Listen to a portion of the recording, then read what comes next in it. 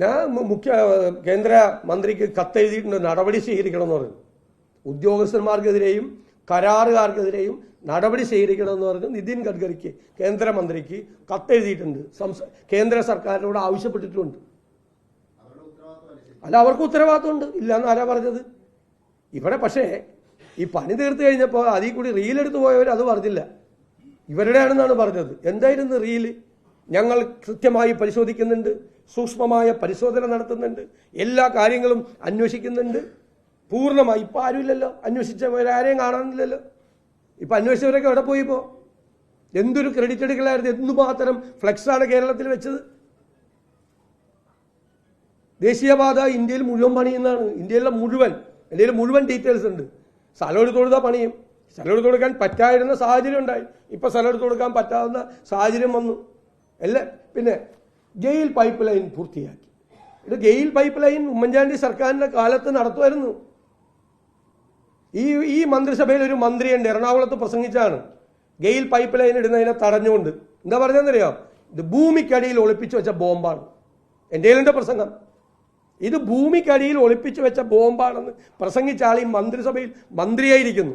എന്നിട്ട് GAIL pipe line ഞങ്ങൾ പൂർത്തിയാക്കിയത് അന്ന് തുടങ്ങിയതാ. അന്ന് ഇതായിരുന്നു പണി, ഇതിനെല്ലാം പാര വയ്ക്കല്. ഞങ്ങൾ ഒറ്റ കാര്യത്തിൽ എതിർത്തിട്ടുള്ളത് കേരളയിൽ. ഇപ്പൊ മനസ്സിലായല്ലോ, കേരളയിൽ പണിതിരുന്നെങ്കിൽ പാരിസ്ഥിതിക ദുരന്തമായിരിക്കും കേരളയിലെന്ന് ഞങ്ങൾ പറഞ്ഞു. കേരളയിൽ അതിനെ എതിർത്തത്. സാമ്പത്തികമായും കേരളം തകർന്നു പോകും. ഒരു മര്യാദക്കുള്ള DPR പോലും ഇല്ലാതെയാണ് കേരളയിൽ പണിയാൻ വന്നത്. ഈ പദ്ധതിയുടെ പ്രശ്നം അതാ. ഞാൻ ചോദിക്കട്ടെ, സംസ്ഥാന ഗവൺമെന്റിന് ഉത്തരവാദിത്വം ഇല്ലേ? കേന്ദ്ര ഗവൺമെന്റ് സംസ്ഥാനത്ത് പണിയുമ്പോൾ പൊതുമരാമത്ത് വകുപ്പിന് ഉത്തരവാദിത്വം ഇല്ലേ? അവരൊരു കോർഡിനേഷൻ കമ്മിറ്റി വേണ്ടേ? എവിടെയാണ് മണ്ണ് പരിശോധന നടത്തിയിട്ടുള്ളത്? കേരളത്തിന്റെ മണ്ണിന്റെ ഘടന എന്താണ്? ഞങ്ങൾ ഇതിനു മുമ്പ് പരാതിയും പറഞ്ഞാണ്, പ്രസംഗിച്ചാണ് പരസ്യമായി. അശാസ്ത്രീയമാണ് നിർമ്മാണ പ്രവർത്തനം. എനിക്ക് പേടിയാണ് മഴ പെയ്യുമ്പോൾ. ഇപ്പോൾ മഴ പെയ്തു തുടങ്ങി. എവിടെയെല്ലാമാണ് വെള്ളക്കെട്ടുണ്ടാകാൻ പോകുന്നതെന്ന് ഒരു പിടിയില്ല. ഒരു പഠനവും നടത്താതെ, ഒരു മര്യാദയ്ക്ക് ഒരു പാരിസ്ഥിതിക പഠനം പോലും നടത്താതെയാണ് നിർമ്മാണ പ്രവർത്തനം പല സ്ഥലത്തും നടത്തി വെച്ചിരിക്കുന്നത്. ഇപ്പം എല്ലാ ജില്ലകളിലും ആയില്ലേ വിള്ളൽ? അല്ലല്ലോ, അതാണ് ആ പറഞ്ഞതിൻ്റെ അർത്ഥം. അതാണ് താങ്കൾ അങ്ങനെയാണോ വ്യാഖ്യാനിക്കുന്നത്?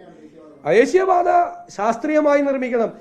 ഞാൻ ചോദിക്കട്ടെ, MLA മന്ത്രിയൊന്നും അല്ലല്ലോ പാലം ഉണ്ടാക്കുന്നതും റോഡ് പണിയുന്നതും. എഞ്ചിനീയറിംഗ് സൂപ്പർവിഷൻ പ്രോപ്പറായിട്ട് വേണം. അത് നടക്കുന്നുണ്ടോ എന്ന് പരിശോധിക്കണം, വേണ്ടേ? ഓരോ സ്ഥലത്തുള്ള നിരവധിയായിട്ടുള്ള പ്രശ്നങ്ങളുണ്ട് ആളുകളെ ബാധിക്കുന്നത്. അത് ചർച്ച ചെയ്ത് പരിഹാരം ഉണ്ടാകണം. ഒന്നും ചെയ്തില്ല. അവർ തോന്നിയതുപോലെ, ഇത് വടക്കേ ഇന്ത്യയിൽ പണിയുന്നത് പോലെയല്ലല്ലോ. സ്ഥലമില്ലാത്ത സ്ഥലങ്ങളാണ്. ഓരോ ജംഗ്ഷനിലും ആൾത്തിരക്കും കുരുക്കുമാണ്.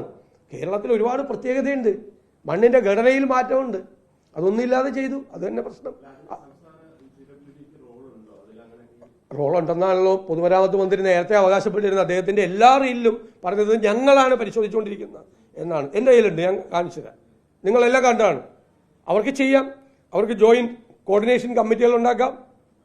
പൊതുമരാമത്ത് വകുപ്പിൽ തന്നെ ഹൈവേ വിഭാഗമുണ്ട്, ഇല്ലേ? അതിൽ ചീഫ് എഞ്ചിനീയർ ഉണ്ട്. അവർക്ക് നാഷണൽ ഹൈവേയുടെ അതോറിറ്റിയായിട്ട് അവർക്ക് ചർച്ച നടത്താം ഏത് സമയത്തും.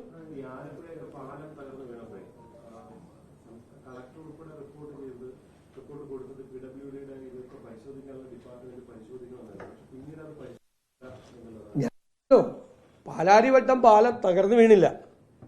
ആ നിർമ്മാണത്തിൽ ഒരു അപാകത ഉണ്ടെന്നൊരു റിപ്പോർട്ടാണുള്ളത്. അതിന്റെ പേരിൽ നടത്തിയ കോലാഹലം നടത്തിയ ആളുകൾ ഭരിക്കുമ്പോൾ ആലപ്പുഴ അടക്കം പാലം തകർന്നു വീണു. ഇത് കുഴപ്പമില്ല.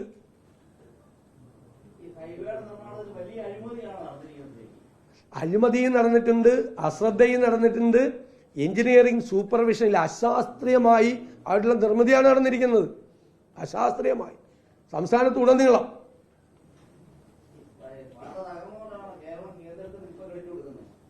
അല്ല, കേരളം ഇപ്പൊ അതിൽ നിന്ന് ആ മുതൽ ക്ഷ വരെയുള്ള കാര്യത്തിലൊന്നും കേരളത്തിന് പങ്കില്ല. എല്ലാം കേന്ദ്രമാണെന്ന് പറയാ.